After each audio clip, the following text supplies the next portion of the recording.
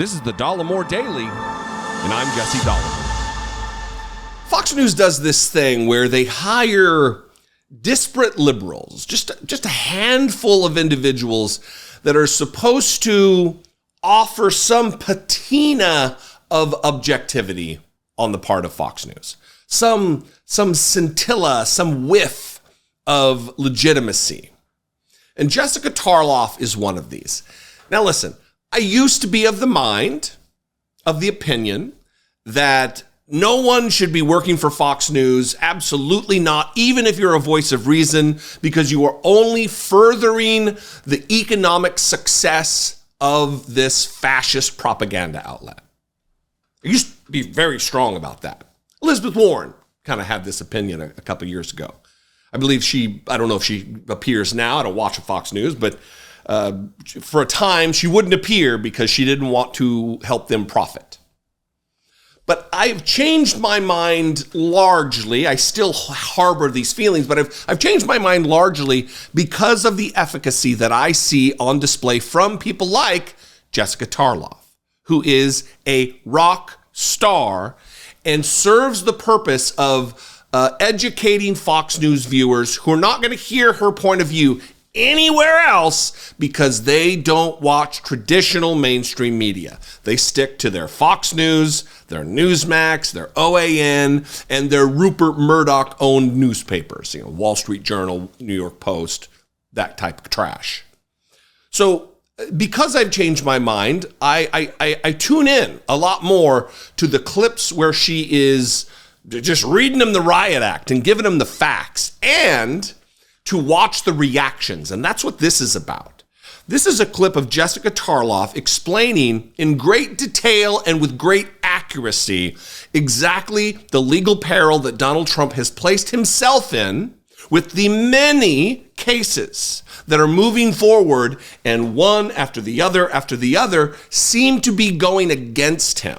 He's not winning the day in court in any of this because the facts are not on his side. Just like with the election nonsense during the 2020 election, when the 60 different cases were just summarily rejected out of court because they did not have evidence. Just like that, that's what's happening right now with Donald Trump.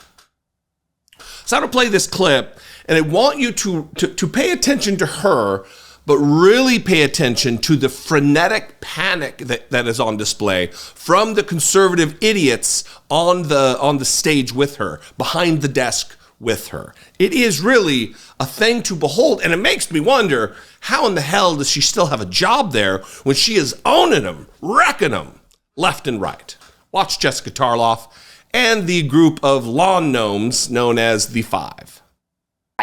I think emotion is hot at the table, and it is not emanating from me. So since Donald Trump ran the first time, he has been making this argument: if they could do this to me, they could do this to you. The average person is not inflating their wealth by $800 million to $2.2 billion. They're not sexually assaulting women. They're not storing classified documents in the toilet. They're not fomenting an insurrection. What? Mar-a-Lago, you remember the documents? Let's focus on this case. We can do a lot. You always do that. No, Jessica, you're doing a laundry list. Really? You just Judge Edgar on this too. When we're focused on one topic, we're focused on one topic. Okay. And yes, it does matter. Falsifying your business records. Do you do that? No. I'll tell you what I do, because I'm glad you asked. When you're in a contract negotiation with a company, let's say your contract is up and your company says, we want to renew your contract, and they don't give you a bump in the raise.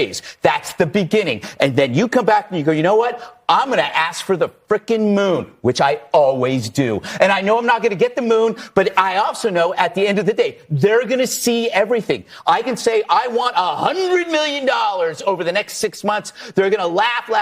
But that doesn't mean I broke the law. It means this is what you put down in a negotiation. And as the judge said, it's all transparent. They actually see it. There is no fraud here, which is why you're bringing up other stuff. No, it's not. I started with that, and then I said, actually, it's a pattern. Well, I'm sure. I gotta get Jesse in. Let's just give you those final words. I was going to say, you obviously, with respect, Jessica, know nothing about real estate valuations, real estate development, or the IRS, or getting loans from big banks to develop skylines in New York City. Donald Trump did more for New York City than 1,000 Letitia James has done. And if you look at this history of this case, she's gone after now Cuomo, Donald Trump, the NRA, the NYPD, and she's done nothing on street crime, nothing on real white-collar crime. And then her phony friend, Alvin Bragg, if you just try to defend yourself working at a bodega or on the subway, he goes after you. That's why 160 businesses have left New York. That's why almost 1 million New Yorkers have left. 160 businesses have left the state of New York out of the tens of thousands of businesses, maybe more. 160 of them have left. Did you hear that? How will New York recover? How will the economy of New York recover because fewer than 200 businesses have left? You obviously know nothing about real estate evaluation or getting loans from big banks or manifestly changing the skyline of New York City. These people are worshipers of Donald Trump and ignore his criminality. Luckily, though, she is there to call him straight, to shoot the matter straight. Greg Gutfeld, who apparently, I'll save that. Greg Gutfeld's argument, though, is absolutely moronic. Because what Donald Trump did has nothing to do with a contract salary negotiation with an employer. It was lying to banks to achieve favorable bank loans and rates and contracts, telling them that his properties were worth way more than they were. And then lying to the government when it came time to pay taxes, saying, oh, we're on hard times over here at the Trump Organization. Our businesses are just not worth what they used to be. We're not as successful as we used to be. Please, Mr. Taxman, don't charge us the appropriate amount of taxes because we're just on hard times. You don't get both things. You don't get it both ways. There's a whole bunch of other elements to this related to his valuation of his properties. I mean, Donald Trump is still claiming, Alina Habba is still claiming that Mar-a-Lago is worth maybe more than $1,500 million. $1.5 billion. Mar-a-Lago, the rundown shanty town that he lives in, $1.5 billion.